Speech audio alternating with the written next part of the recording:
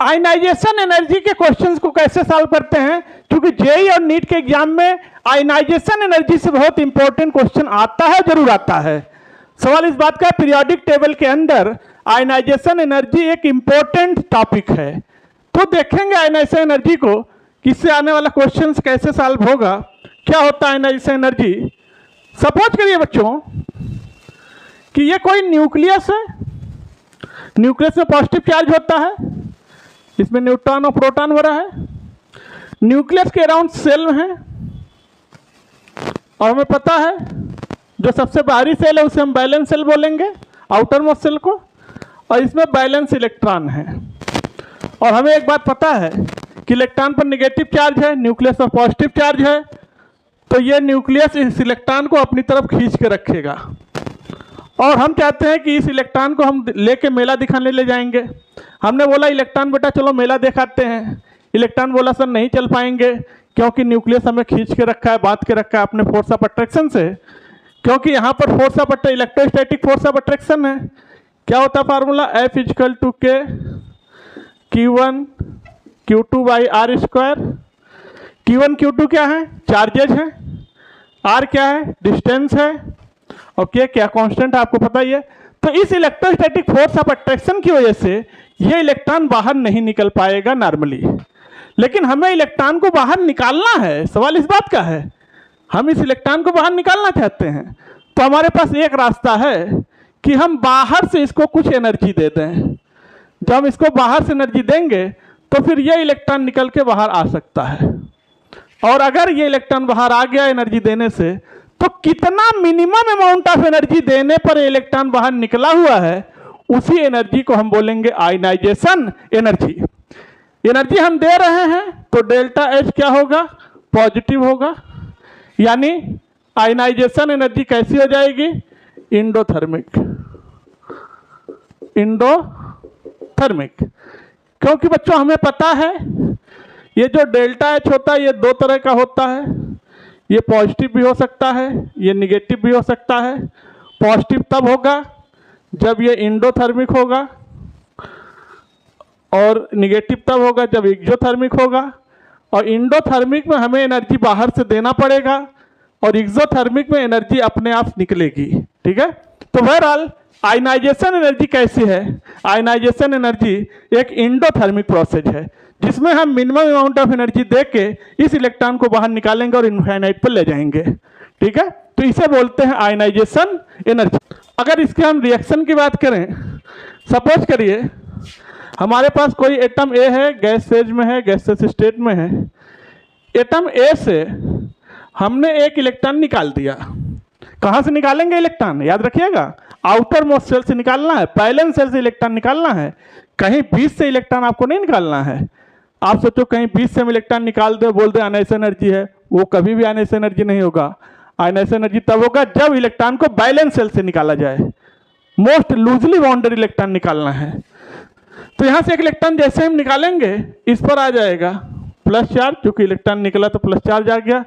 इसके लिए delta H की वैल्यू कुछ आ गई पॉजिटिव, और इसी को हम बोलेंगे वैल्यू को आयनाइजेशन एनर्जी। ये है आयनाइजेशन एनर्जी, कितना एनर्जी देने पर इलेक्ट्रॉन बाहर निकल पाया है, यही है आयनाइजेशन एनर्जी। तो आइए इसके डिफिनीशन को देखते हैं आयनाइजेशन एनर्जी के। क्या होता है, कहते हैं it is a minimum amount of energy required, वो कम से कम energy, minimum amount of energy required to remove most loosely bonded valence electron from one mole isolated gaseous atom in ground state. एक मोल से निकालना है ground state में, और वो आइसोलेटेड होना चाहिए, और बैलेंस इलेक्ट्रॉन से, बैलेंस सेल से बैलेंस इलेक्ट्रॉन निकालना है। इसी को बोलते हैं आयनाइजेशन एनर्जी। इसके बाद हम बात करने चल रहे हैं फैक्टर अफेक्टिंग आयनाइजेशन एनर्जी। कौन कौन से फैक्टर हैं जो आयनाइजेशन एनर्जी को प्रभावित करेंगे, इसका पीरियोडिक टेंड क्या होता है, ग्रुप में कैसे चलता है, पीरियड में कैसे चलता है, एक्सेप्शन क्या है, और याद करने की ट्रिक क्या है, वो भी सिखाएंगे आपको। वीडियो में बने रहिए। इसी के साथ आप वीडियो को लाइक, चैनल को सब्सक्राइब कर दीजिए, क्योंकि IIT और नीट के सारे कंटेंट इसी चैनल पर मिलते हैं, PC ग्रुप कोचिंग वाला पर। तो ये क्या देखते हैं कौन कौन फैक्टर हैं जो आयनाइजेशन एनर्जी को प्रभावित करेंगे। सबसे पहला फैक्टर आ रहा है number of shell. Number of shell कहते हैं आयनाइजेशन एनर्जी इनवर्सली प्रोपोर्शनल होता है नंबर ऑफ सेल के, नंबर ऑफ सेल के। जैसे जैसे नंबर ऑफ सेल बढ़ेंगे न्यूक्लियस के अराउंड, वैसे वैसे आयनाइजेशन एनर्जी कम हो जाएगी। अगर आप नंबर ऑफ सेल बढ़ाते जाएंगे तो न्यूक्लियस का फोर्स ऑफ अट्रैक्शन उस पर कम हो जाएगा, फोर्स ऑफ अट्रैक्शन कम होगा तो थोड़े एनर्जी में ही इलेक्ट्रॉन बाहर निकल जाएगा, यानी आयनाइजेशन एनर्जी की वैल्यू क्या हो जाएगी, कम हो जाएगी।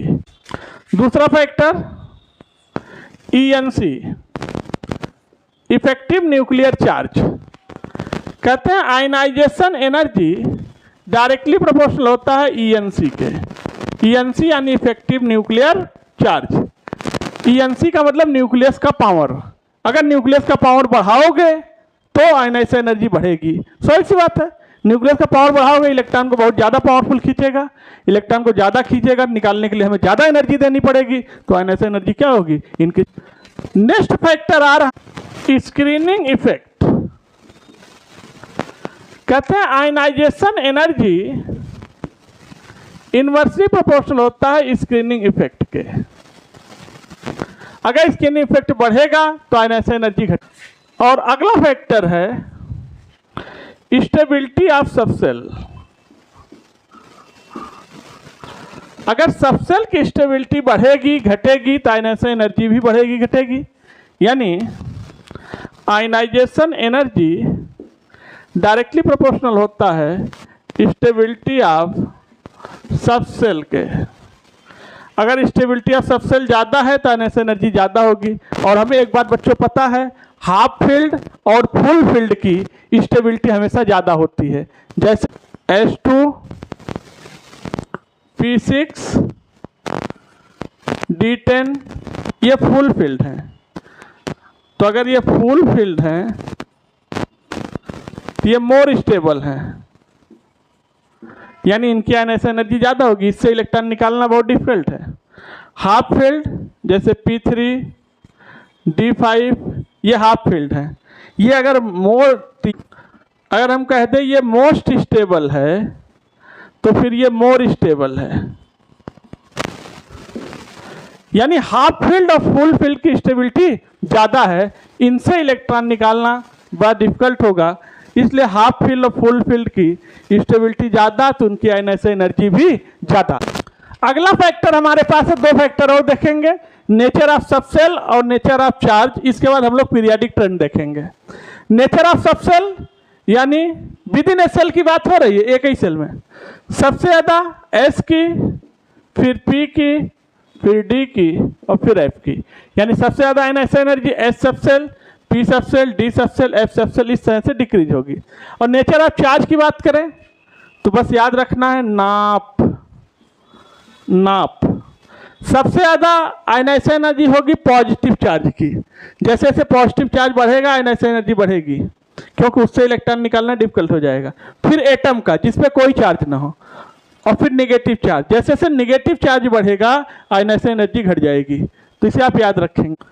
अब बच्चों आयनाइजेशन एनर्जी के पीरियोडिक ट्रेंड की बात करेंगे कि पीरियड में या ग्रुप में इनका क्या व्यवहार होता है। अगर एक सामान्य बात करें, क्योंकि भैया केमिस्ट्री में तो एक्सेप्शन मिलेंगे, चूंकि साइंस तो एक्सेप्शन का घर ही है, तो उसको तभी हम देखेंगे। लेकिन नॉर्मल बात करें तो आयनाइजेशन एनर्जी जैसे जैसे आप लेफ्ट टू राइट पीरियड में चलेंगे आयनाइजेशन एनर्जी इंक्रीज करती है, ये सामान्य बात है, एक्सेप्शन भी आएंगे। ग्रुप में टॉप टू बॉटम चलेंगे तो आयनाइजेशन एनर्जी घटेगी। आइए आपको करके दिखाते हैं, बहुत इंपॉर्टेंट है, बहुत ज़्यादा आपके IIT JEE एग्जाम में पूछ। सबसे पहले पीरियड में ले रहे हैं,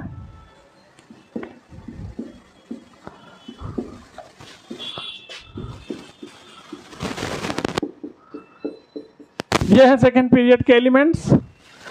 आइए एक्सेप्शन कहाँ वो भी दिखाएंगे आपको। सामान्य तौर पे तो ionization energy left to right बढ़नी चाहिए, लेकिन एक्सेप्शन भी है।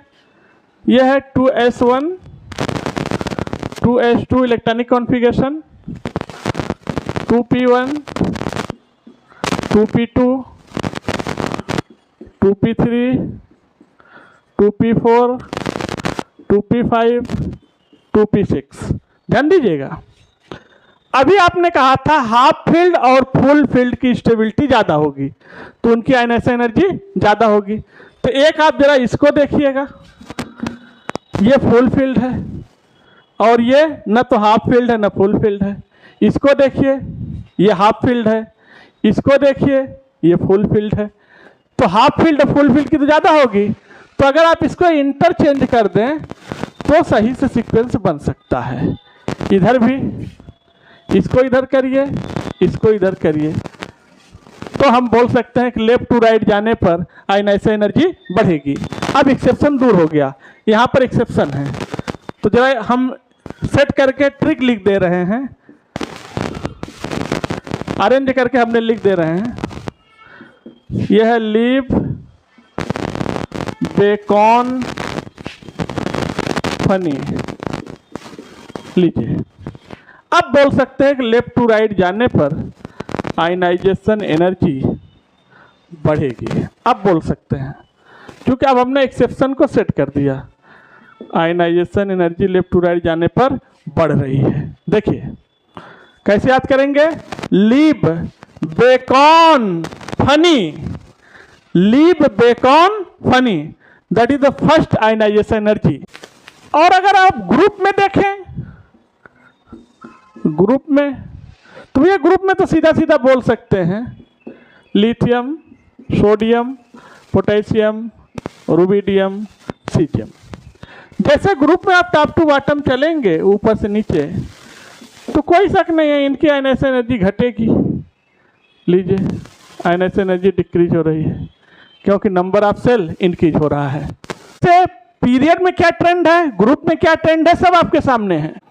तो अभी आयनाइजेशन एनर्जी का एक वीडियो और आएगा, उसमें हम बात करेंगे एप्लीकेशन ऑफ आयनाइजेशन एनर्जी, जो कि बहुत इंपॉर्टेंट वो भी वीडियो होगा। IIT JEE नीट के सारे क्वेश्चंस कैसे डील होंगे उस वीडियो में भी सिखाएंगे आपको। उसमें हम सारी चीजें सिखाएंगे, ऑक्सीडाइजिंग एजेंट क्या है, रिड्यूसिंग एजेंट क्या है, ऑक्सीडाइजिंग पावर क्या है, सक्सेसिव आयनाइजेशन एनर्जी क्या होता है, इलेक्ट्रॉनिक कॉन्फ़िगरेशन कैसे देखते हैं, बेसिक इक्वेशन कैसे देखते हैं, रिड्यूसिंग प्रॉपर्टी कैसे देखते हैं, सारी चीजें उसमें सीखेंगे। तो आज के वीडियो को यहीं पर रख रहे हैं। तो एप्लीकेशन ऑफ आयनाइजेशन एनर्जी हम लोग सेकंड वीडियो में पढ़ेंगे। तब तक के लिए आप वीडियो को लाइक और चैनल को सब्सक्राइब कर दीजिए, बेल आइकन प्रेस कर दीजिए। फिर आपसे मिलते हैं नेक्स्ट वीडियो में, तब तक के लिए थैंक यू, धन्यवाद।